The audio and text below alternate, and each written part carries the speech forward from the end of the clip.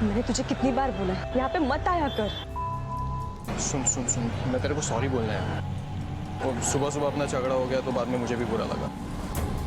तुझे साथ ही घर लेके चलो। मुझे तेरे साथ कहीं नहीं जाना, और ये तेरा रोज रोज का नाटक ना तंग आ चुकी हूँ। पहले तू सुधर जा, बाद में बात कर। क्यों? ये अच्छी नौकरी मिल गई, अच्छे कपड़े पहन लिए तो तेरे भाव बढ़ गए। मैं भी बहुत अच्छा कमाता हूँ, समझी ना। और अगर तेरे को मेरे से इतनी तकलीफ है ना तो दोबारा उस घर में कभी मत आना। हाँ नहीं आऊंगी, कभी नहीं आऊंगी, समझा ना। उसने कहा है घर लौटकर फिर कभी नहीं आएगी, तो फिर जाने देना। महक ऐसी लड़की नहीं है कि अपने बच्चे को छोड़कर कहीं भी निकल जाए। और तू उसके दुकान पे क्यों गया था? अम्मी, उसके पैसे देकर ना तुम्हारा दिमाग खराब हो गया है। अपने बेटे का साथ तो कभी दिया नहीं। जब देखो महक के सुर में सुर मिलाती रहती है तुम। वो कहीं भी जाकर मरे, मुझे कोई फर्क नहीं पड़ता। तूने उसके साथ कुछ बुरा तो नहीं किया ना? देख, मैं पुलिस के पास जाऊंगी। अम्मी, ये नौटंकी बंद करो और पुलिस का नाम तो बिल्कुल मत लेना।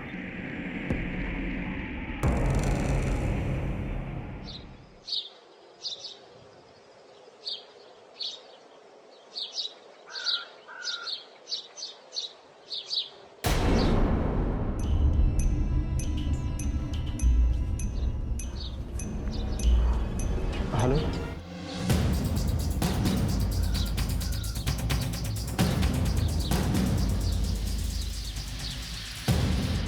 योगेश देखो, फोन तुमने किया था? हाँ सर, मैंने ही किया था।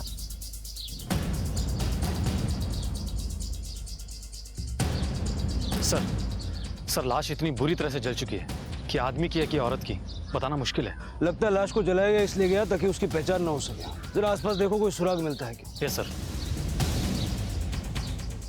जाओ।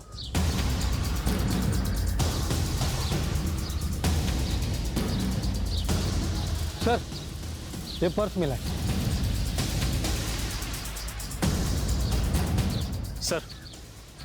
सर ये पर्स और ये आईडी मिली है।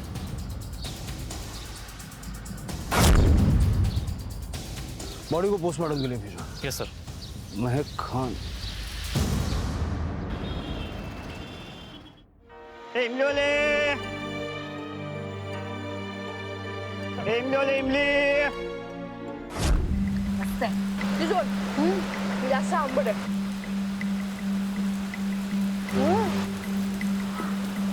आई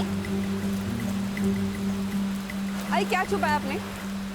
अब क्या कर रही थी? आई दिखाओ।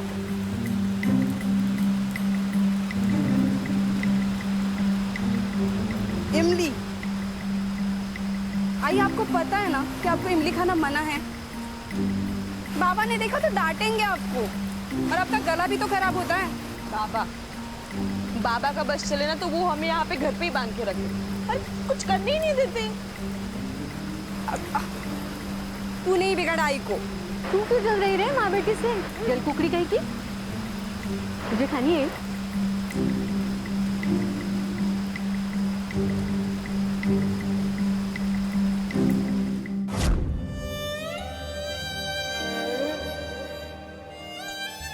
एक पल में जिंदगी बदल गई। नैना, मेरी सारी खुशी आपने साथ ले गई।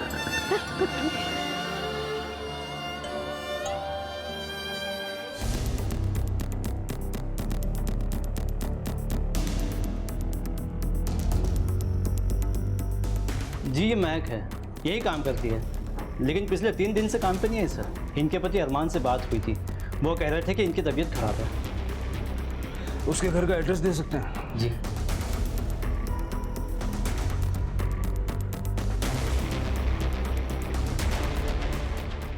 लेकिन सर, आप क्यों पूछ रहे हो महक के बारे में? एक लाश मिली है, हो सकता है कि महक की हो।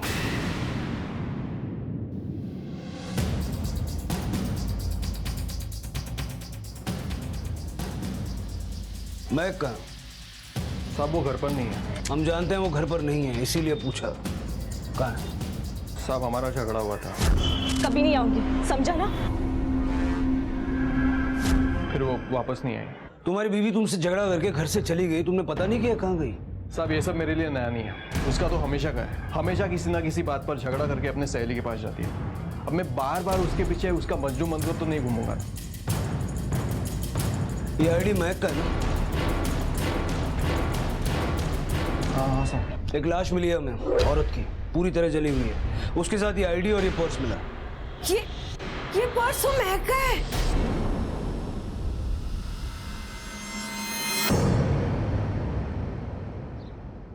सर इस बॉडी की इनिशियल पोस्टमार्टम रिपोर्ट आ गई है। बॉडी इतनी बुरी तरह से जल चुकी है कि पोस्टमार्टम रिपोर्ट में सही एज बता पाना भी मुश्किल है। डिटेल टेस्ट के लिए बॉडी को फॉरेंसिक में भेजा गया है। और हाँ सर, विक्टिम की नी रिप्लेसमेंट सर्जरी हो चुकी है क्योंकि उसके बाएं पैर में नी रिप्लेसमेंट कैप लगी हुई है। उस नी कैप के सीरियल नंबर से उसके मैन्युफैक्चरर से कांटेक्ट करो, पता करो कि ये सर्जरी किस हॉस्पिटल में हुई। Okay sir. और हाँ सर, महक के कॉल डिटेल्स भी आ गई है। उसने लास्ट बार कॉल अपनी फ्रेंड सुमन को किया था और महक का लास्ट बार फोन उसी लोकेशन पर ऑफ हुआ था। सुमन से बात करो। हाँ सर, महक यहाँ आई तो थी। सुमन, मुझे कुछ समझ में नहीं आ रहा, मैं उसको कैसे समझाऊं? मैं उसे कुछ भी सही बात बता दूं तो वो गलत ही ले लेता है। पर तू परेशान मत हो ना, 2 दिन घर मत जाओ, तब उसकी अकल ठिकाने आ जाएगी। एक काम करती हूँ, मैं तेरे लिए ना एक अच्छी सी चाय बना कर लेकर आती हूँ, तेरा मूड ठीक हो जाएगा। नहीं रहने दे, बहुत देर हो गई है, अब मुझे निकलना होगा। मैं अरमान पे गुस्सा होके 1-2 दिन दूर भी रह सकती हूँ, लेकिन मैं मेरे बच्चे को अकेला नहीं छोड़ सकती ना। मुझे कबीर के पास जाना होगा। अरमान और महक ने शादी तो कर ली थी, लेकिन दोनों में ज्यादा बनती नहीं थी। वो अपनी सास से बहुत ज्यादा प्यार करती थी। सास से?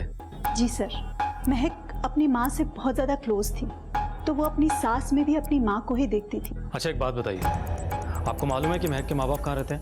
ये तो पता नहीं सर, क्योंकि महक ने कभी अपने माँ बाप के बारे में कुछ नहीं बताया था। बस वो अरमान की वजह से रोती रहती थी, और उस दिन शॉप पर भी उन दोनों के बीच काफी लड़ाई हो गई थी।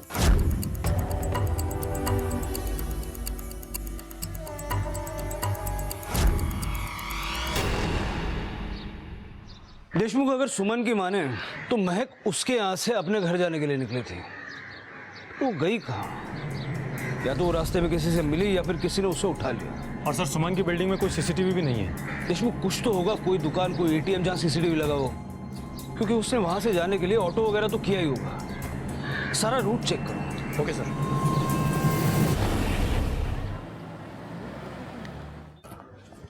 सर, नाग्या है, अरमान के बारे में कुछ इन्फॉर्मेशन देना चाहता है।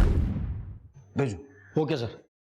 साहब, वो अरमान है ना साहब, वो 1 नंबर का चाप्टर आदमी है साहब। वसई में गैरकानूनी शराब का धंधा है उसका। नहीं साहब, मैं सच बोल रहा हूँ। मुझे नहीं पता महक के घुटने का कोई ऑपरेशन हुआ था, उसने मुझे कभी नहीं बताया। जितनी जल्दी सच बोलना शुरू करेगा उतना फायदे में रहेगा। सच में साहब, वो तो मुझे एक दिन सड़क पर मिली थी रोती हुई। मैंने उसे खाना दिया, सहारा दिया, बाद में हमारे बीच में प्यार हुआ, फिर हमने निकाह कर लिया। मैंने उसे पूरी इज्जत दी साहब, हमारा एक बच्चा भी है। हमेशा लड़ता रहता था तू उसके साथ। उस दिन दुकान पे तेरा झगड़ा हुआ, सबने देखा। वो घर वापस नहीं आई और तूने पुलिस को नहीं बताया। क्यों? साहब, मैं बगैर लाइसेंस के देसी दारू बेचने का धंधा करता था साहब। इसी डर की वजह से मैं आपके पास नहीं आया। महक हमेशा मुझसे कहती थी कि मैं काम छोड़ दूं। इस बात को लेकर हमारे बीच में अक्सर झगड़े होते थे साहब, लेकिन इस वक्त मुझे सचमुच पता नहीं है महक कहाँ है। गैर कानूनी शराब बेचने के जुर्म में इसे अरेस्ट करो।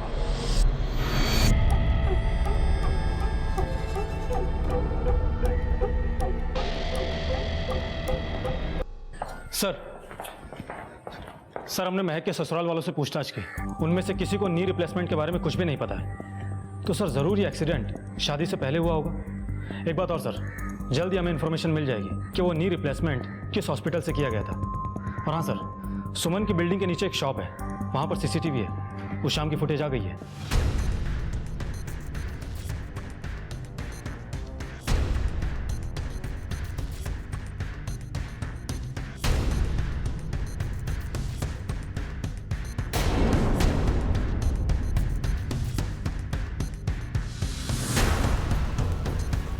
ये तो महक की सास है ना, ये यहाँ क्या कर रहे हैं?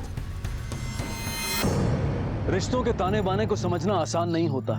कहते हैं कि रिश्ते विश्वास की डोर से बंधे होते हैं, लेकिन विश्वास की ये डोर इतनी नाजुक होती है कि इसे टूटते देर नहीं लगती। कई बार जिनके साथ हम अपनी दुनिया बांट रहे होते हैं उन्हीं के हाथों हमारी दुनिया खत्म हो जाती है। नौशीन इतने दिनों से यही नाटक कर रही थी कि वो महक के लिए परेशान है, उसे नहीं पता कि वो कहाँ है, लेकिन सीसीटीवी फुटेज से ये साफ था कि वो महक से मिलने गई थी। कुछ तो था जो वो छुपा रही थी, लेकिन क्या? उस दिन आप अपनी बहू से मिलने उसकी सहेली सुमन के घर गई थी? नहीं साहब। करड़े दाखवा।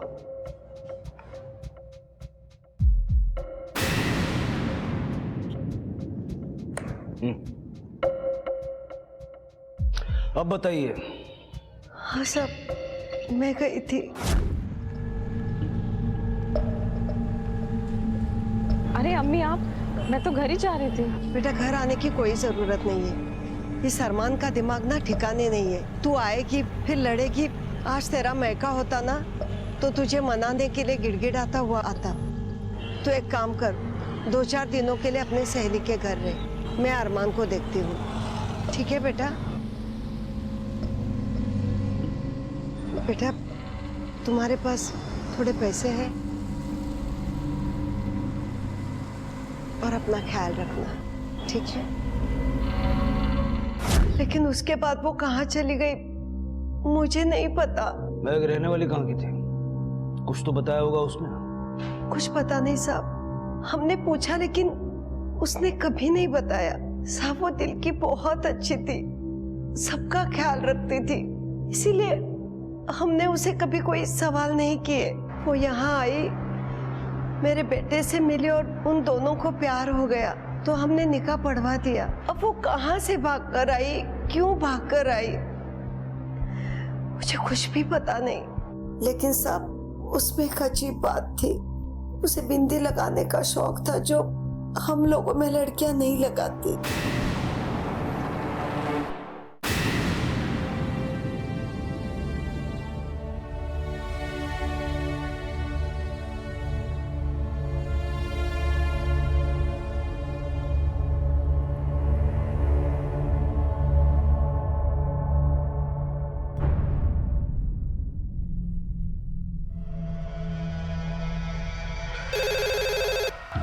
हेलो।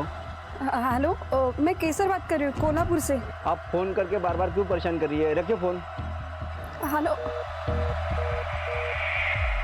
विक्टिम की डेड बॉडी से जो नी कैप हमें मिला था वो कोल्हापुर के एक हॉस्पिटल में किसी कुमुद नाम की औरत के पैर में लगाया गया था। और हाँ सर, पोस्टमार्टम की फाइनल रिपोर्ट भी आ गई है और रिपोर्ट के हिसाब से जो लाश हमें मिली थी वो किसी 22 साल की लड़की की नहीं बल्कि 45 साल की औरत की है। फिर महक की आईडी वहां क्या कर रही थी? कहीं ऐसा तो नहीं कि महक ने उसको मार दिया और फिर भाग गई? वैसे भी उसके बारे में कोई कुछ नहीं जानता। जरा पता करो ये कुमुद कौन थी और उसका महक से क्या कनेक्शन था। Okay sir.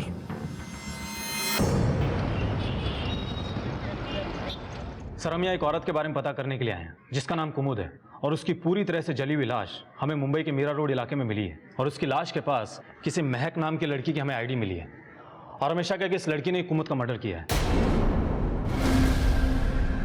ये तो हूबहू नैना की तरह दिखती है। फवाद? हाँ सर, ये तो नैना ही है। नैना? लेकिन इसका नाम तो महक है। देशमुख, हमें पूरा यकीन है कि ये नैना ही है, इसी गांव की लड़की है। 3 साल पहले गायब हो गई थी। इस पुलिस स्टेशन में इसकी मिसिंग कंप्लेंट भी दर्ज है। सर हम भी बहुत दिनों से इस लड़की के बारे में पता करने की कोशिश कर रहे हैं लेकिन अभी तक कुछ भी पता नहीं चला है। सोचने वाली बात यह है कि कुमुद नाम की औरत के साथ इस लड़की की क्या दुश्मनी हो सकती है? अच्छा सुनो, ये कुमुद कहाँ रहती है? सर वो उधर।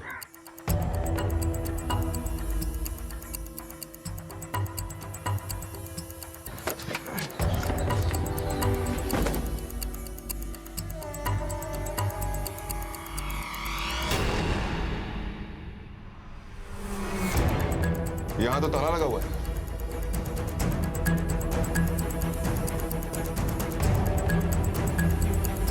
सुनो। हाँ सर। ये घर कुमुद का है ना? यहीं रहती है ना वो? लेकिन वो तो 2 साल हो गए यहाँ पर नहीं रहती, अब कहीं मुंबई में रहती है।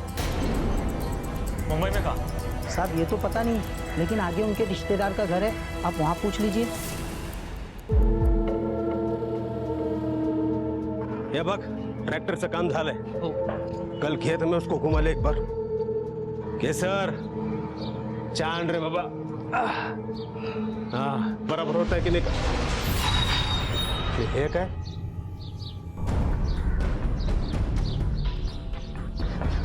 सर मेरी बच्ची मिल गई। पहले आप लोग ये बताइए कि कुमुद आप लोगों की रिश्तेदार है ना? हाँ मेरी सगी बहन। अच्छा एक बात बताइए, उनके घुटने का ऑपरेशन हुआ था? 5 साल पहले उसका एक्सीडेंट हुआ था। लेकिन हुआ क्या है? उनका मर्डर हो गया है। और उनकी लाश के पास हमें आपकी बेटी की आईडी मिली है, जो शहर में महक बन के रह रही है।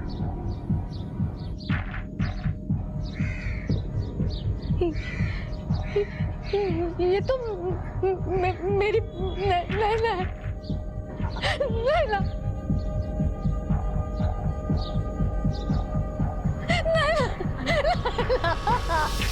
इस एक खुलासे ने पुलिस इन्वेस्टिगेशन की दिशा ही बदल दी। कल तक पुलिस ये मानकर चल रही थी कि महक यानी कि नैना का कत्ल हुआ है, पर आज सबूत ये कह रहे थे कि महक जिंदा है और शायद ये कत्ल उसी ने किया है। और गंगा जिसे ये तो पता चल गया था कि उसकी बेटी नैना इतने साल तक महक बनकर कहाँ रह रही थी, लेकिन वो ये मानने को बिल्कुल तैयार नहीं थी कि उसकी बेटी किसी की जान ले सकती है। क्या वाकई महक कातिल थी या वो भी किसी अनहोनी का शिकार हो चुकी थी? नहीं साहब, मेरी बेटी किसी का खून नहीं कर सकती। तेरी बेटी कुछ भी कर सकती है। पहले हमारा मुंह काला करके उस मुसलमान के साथ भाग गई, और अब ये सब। वो यहाँ से किसी के साथ में भागी नहीं थी, बल्कि अरमान उसे मुंबई में मिला था। साहब मेरा जी बहुत घबरा रहा है। नैना यहाँ से जाने के बाद भी मुझे रोज फोन करती थी, आई की तबीयत के बारे में जानने के लिए, और उसने अरमान के बारे में मुझे सब बताया था। लेकिन पिछले कुछ दिनों से उसका फोन नहीं आ रहा है साहब। नैना कहीं भी हो, आई के बारे में जाने बगैर नहीं रह सकती। साहब उसने एक नंबर दिया था इमरजेंसी के लिए, लेकिन पिछले कुछ दिनों से वो भी नंबर बंद आ रहा है। आप जानती हैं नैना क्यों भागी थी? कुमुद के साथ उसका कोई झगड़ा हुआ था? नहीं साहब, नैना तो मौसी से बहुत प्यार करती थी, और वो क्यों भागी थी ये तो नहीं पता, लेकिन वो किसी के साथ नहीं भागी थी। कुमुद मुंबई में कहाँ रहती है? अपने बेटे संतोष के साथ मीरा रोड रहती है। जो भी हुआ, नाक तो कटाई ना उसने हमारी। घर छोड़ के भागने की क्या जरूरत थी? कोई नाक नहीं कटाई उसने, आप लोगों के डर की वजह से वो कभी बोल नहीं पाई। लेकिन इस गांव में कुछ गलत हुआ था उसके साथ। क्या गलत हुआ था और किसने किया? ये तो नहीं बताया उसने, और किसने किया था ये भी नहीं बताया, बस रोती रहती थी।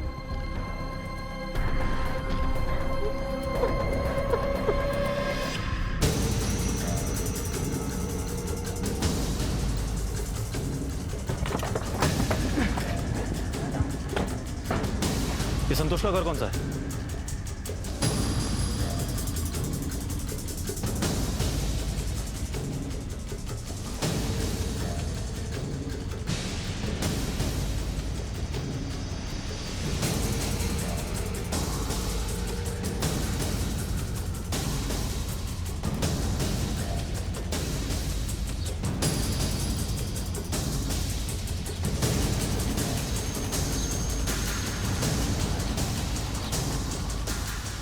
करड़े सर। पास में से किसी को बुलाओ, खुदवाओ इसे। Okay sir.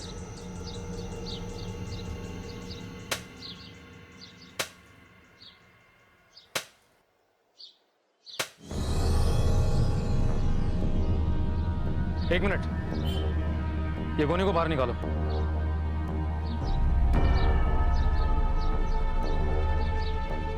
खोलो इस गोनी को।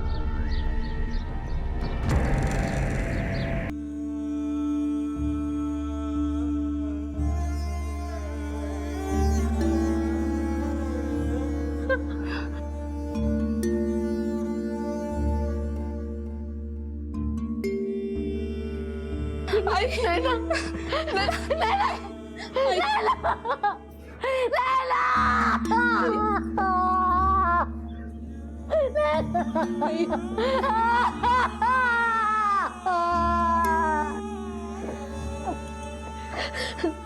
आपकी बेटी की डेड बॉडी कुमुद के घर में मिली और कुमुद का बेटा संतोष गायब है। हमें पूरा शक है कि आपकी बेटी को संतोष ने मारा है। लेकिन संतोष तो नैना को बहुत प्यार करता था। वो भला उसकी जान क्यों लेगा? ये तो वही बता सकता है। मादर को बोलो फॉलोअप करें। ओके सर, ये रहे संतोष के कॉल डिटेल्स। वो महक के टच में था ही नहीं सर, मैंने पता किया है। संतोष के और 4 नंबर हैं। वो चोरी चकारी हेरा फेरी का काम करता है, लेकिन उसका असली पेशा सुपारी लेना है और उसके इस काम में उसकी माँ भी उसका साथ देती है। एक और इन्फॉर्मेशन है सर, संतोष अपने एक नंबर से महक की ननद जोया के टच में था।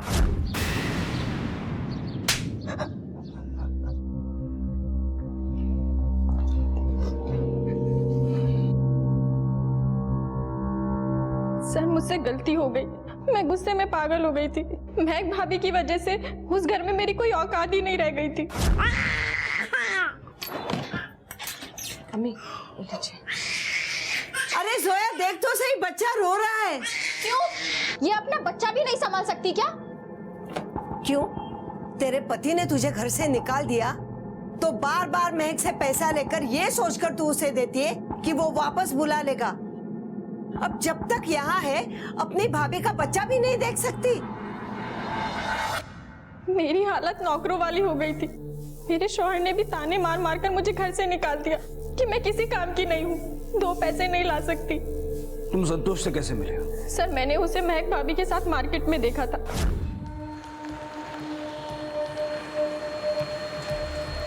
तो तू भाग कर यहाँ आई है, अब और कहाँ भागेगी? गांव में मैं तो चुप रही, लेकिन अभी भी तू मेरे रास्ते में आया ना तो मैं पूरी दुनिया को बता दूंगी तूने क्या किया था। फिर सड़ते रहना सारी जिंदगी जेल में। महक भाभी के गुजरे हुए कल के बारे में किसी को कुछ नहीं पता था, इसलिए मैं जानना चाहती थी कि आखिर वो कौन था। मैंने उससे बात करने की बहुत कोशिश की, लेकिन उसने कुछ नहीं बताया। फिर मैंने उसका पीछा किया। सर मैं महक भाभी से पीछा छुड़ाना चाहती थी। मुझे लगा कि संतोष मेरे काम आ सकता है। सुनो, मैं जोया, महक भाभी की ननद। उसका नाम महक नहीं है, नैना है। देखो, अगर हम बात करेंगे तो यकीन मानो कि बात बन सकती है, वरना मैं जानती हूँ कि महक भाभी अगर तुम्हें धमकी दे सकती है तो तुम्हारा भांडा तो फोड़ कर रहेगी। पागल तो नहीं हो गया है? तू क्या कर रहा है? सुन रहा है तू?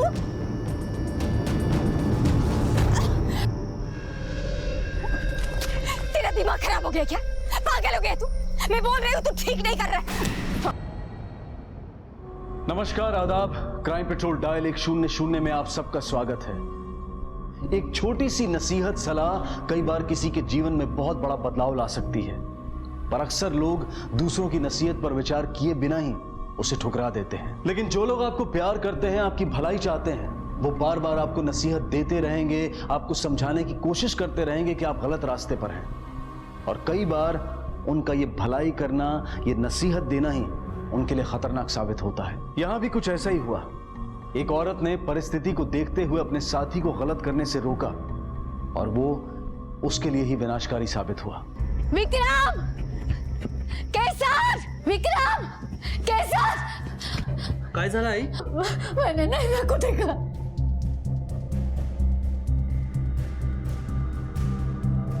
फिर तूने नाम लिया उस मनुष्य का? हाँ? नाक कटाकर भागी थी यहां से 3 साल पहले। आज भी लोग हमारे मुंह पे थूक रहे हैं। आज के बाद अगर नाम लिया ना उसका तो जबान काट दूंगा तेरी। चल। आई! चल।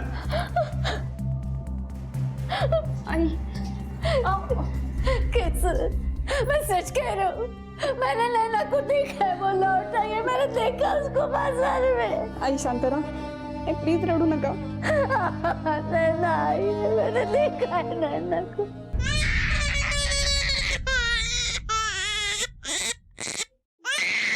आज तो भाभी ने हद कर दी। इतनी देर हो गई अब तक नहीं आई। अल्लाह कसम, ये बच्चा क्या मेरे भरोसे पैदा किया है? उसका फोन भी नहीं लग रहा है। मेरा तो जी घबरा रहा है। मैं कभी तक आई क्यों नहीं? अब वो आएगी भी नहीं।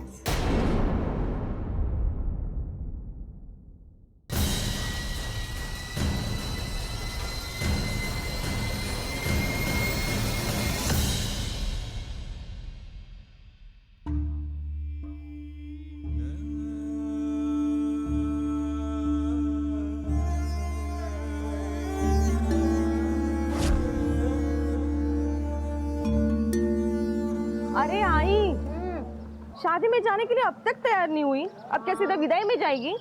अरे बाबा, कितनी सुंदर दिखती है और कितनी बड़ी। मैं तो सोच रही हूँ शादी करके तुझे विदा कर दूं। ए आई, अजिबात नाही हा, मी तुला सोडून कुठेच लांब नाही जाणार. म्हणजे अपनी आई को दहेज में अपने साथ लेके जाएगी? हाँ, मेरी आई को मेरे साथ में दहेज में लेके जाएगी. पागल. और वैसे भी आई, बाबा तुझे बहुत मारते हैं ना, मैं तुझे अपने साथ लेके जाऊंगा. मुझे बिल्कुल पसंद नहीं है. अरे मौसी, तू तैयार नहीं हुई अभी तक? देखो ना दादा, मैं भी वही बोल रही हूँ आई को. अच्छा तू तो तैयार है ना? हाँ. तू चल, मौसी बाद में आ जाएगी. हाँ बेटा, तू दादा बरोबर जा, मैं आती हूँ तैयार. ठीक. चल दादा.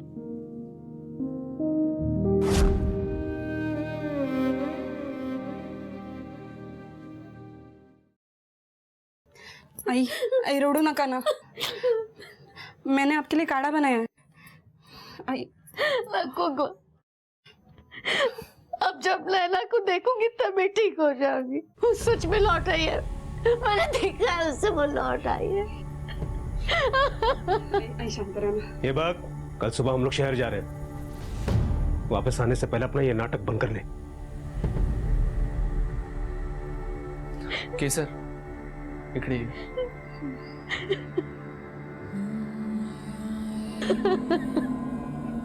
नैना,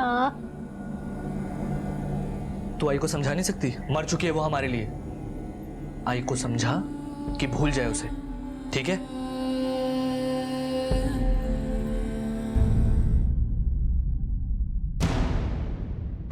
साहब, मेरी ननद नैना 3 साल से गायब है. 3 साल से आपकी ननद गायब है, तो अचानक आज कंप्लेंट लिखवाने का ख्याल कहाँ से आया? वो सब कल शाम मेरी सासू माँ ने उसको चौक वाले मार्केट के यहाँ पे देखा था. नैना, नैना, नैना साहब, नैना, नैना, नैना साहब,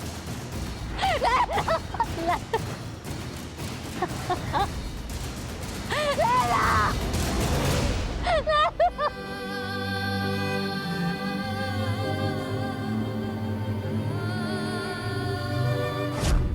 तीन साल पहले पता नहीं क्या हुआ था, लेकिन अचानक से मेरी बेटी का हंसना बोलना ही बंद हो गया.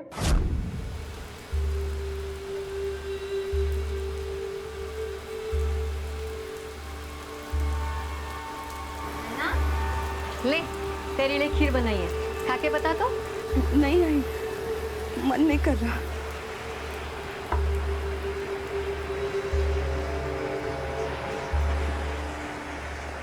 क्या हुआ? जब से शादी से लौट आई है चुप चुप सी. क्या हुआ? बता ना, क्या हुआ? क्या हुआ बेटा? रो क्यों रही है? क्या हुआ बेटा? हाँ? बता, क्या हुआ बेटा? कुछ नहीं, बस थोड़ा सा थक गई, आराम करना चाहती हूँ.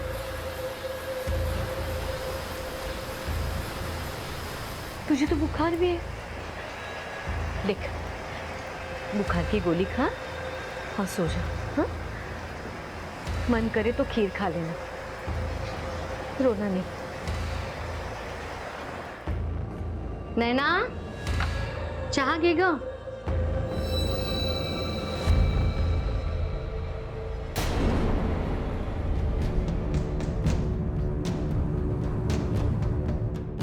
माँ, मैं जा रही हूँ यहाँ से बहुत दूर. मुझे ढूंढने की कोशिश मत करना.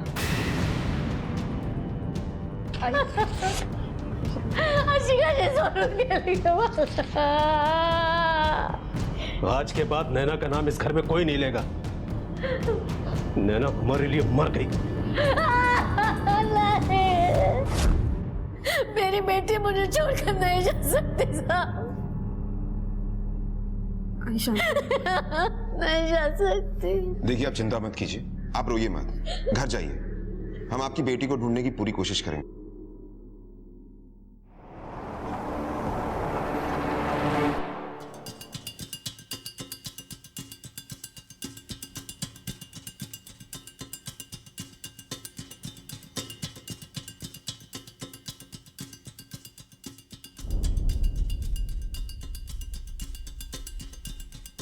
फॉरवर्ड करो,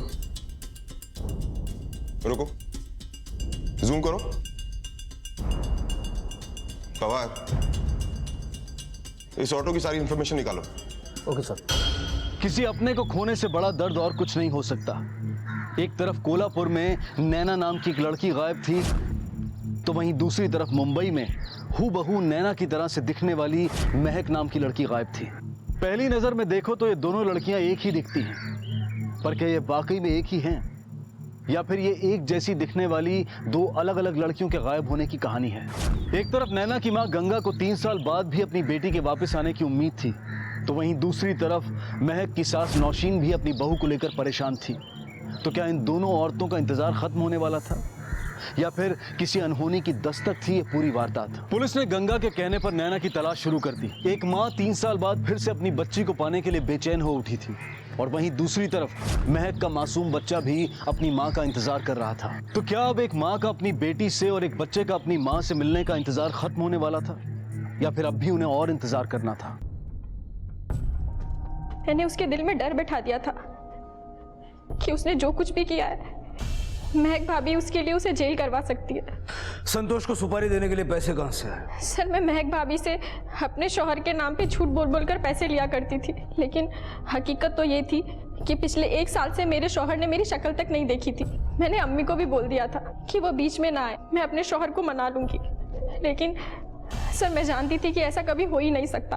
हम मुझे मायके में ही रहना था, लेकिन मैं महक भाभी की नौकरानी बनकर नहीं रहना चाहती थी, इसलिए मैंने पैसे इकट्ठा किए और संतोष को 50,000 रुपए देने का वादा किया।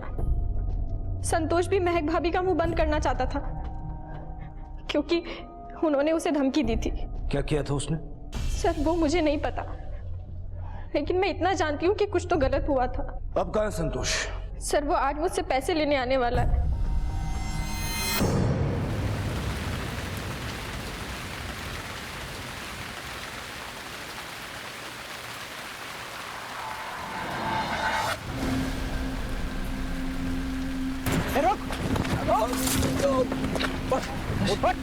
लेके चलो सर। हाँ साहब, मैं नहीं मारा था उसे, मुझे धमकी दे रही थी साहब। जोया ने भी मुझे सुपारी दी थी उसे मारने की, इसलिए मैंने उसे मार दिया। मैंने उसका पीछा किया साहब, बहुत दिनों तक। रोज उसका ऑटो से पीछा करता था, उसे पता नहीं चलता था।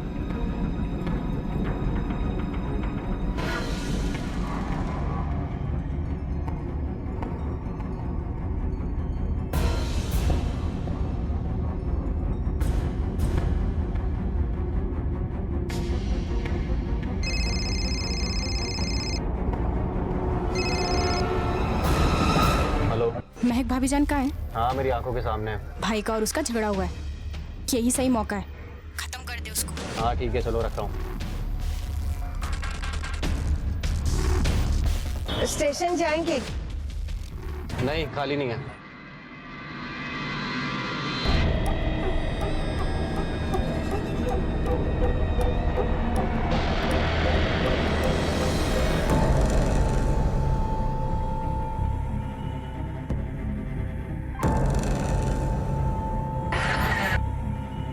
रिक्शा,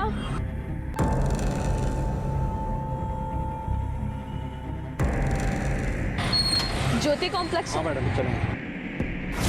मैं जो चाहता था वो हो रहा था साहब। इन सब कामों में मेरी माँ भी मेरा साथ देती थी, और मैं उससे मिलने वाला था, लेकिन उसे ये नहीं पता था कि मैं नैना को मारने वाला हूँ।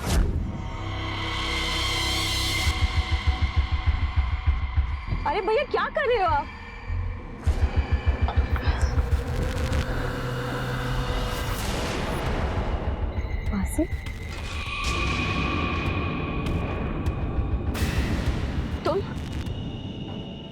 तुम यहाँ क्या कर रहे हो?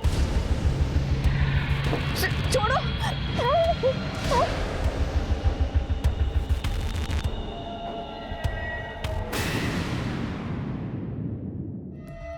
नैना, तू ये क्या कर रहे है? तू अपनी बहन को मारेगा? देख, मैंने तुझे अभी तक साथ दिया, लेकिन मैं वापस करने नहीं दूंगी। तेरा दिमाग खराब हो गया क्या? आज के तेरे सारे गलत काम में मैंने तेरा साथ दिया, लेकिन इस पे नहीं। नैना मेरी बेटी जैसी, कितना प्यार करती है मुझे, तू उसे मारेगा?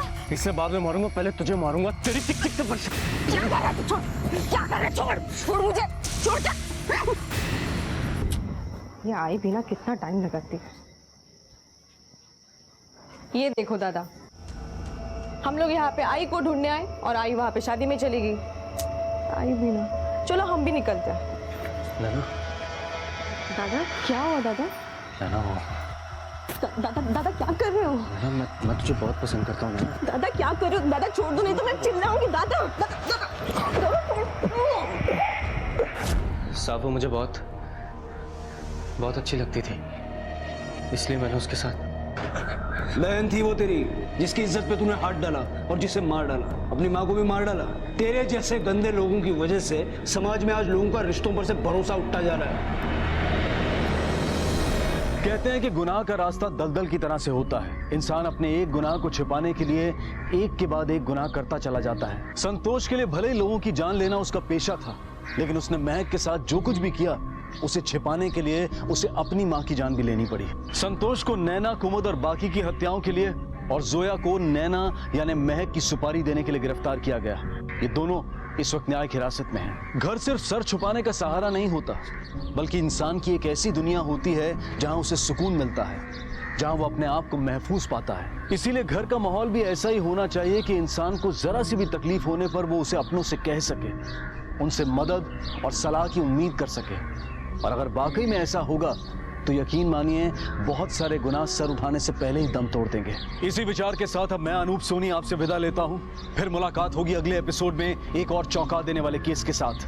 तब तक अपना और अपने परिवार का ख्याल रखें और देखते रहें क्राइम पेट्रोल डायल 100। सबक एक को सीख हम सबको। जय